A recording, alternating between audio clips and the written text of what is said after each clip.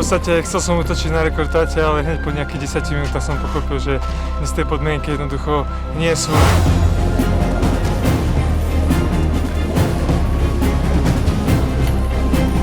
Idete po ľavej strane s tým, že zábrany, ktoré sú zábrany, budete mať napravo. Idete v podstate popod ponytail, je tam stále stopa, ktorá je zakrachovaná.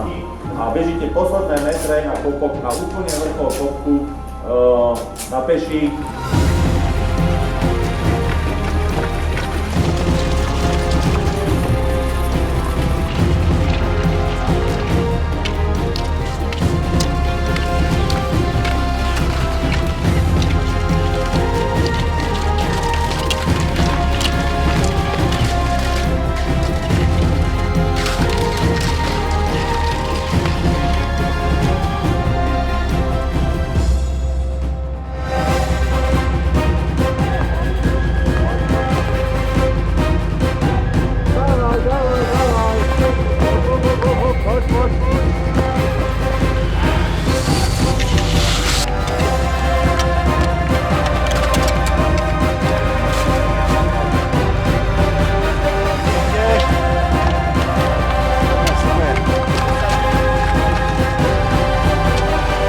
Ale s časom som na to, aké boli podmienky, som veľmi spokojný.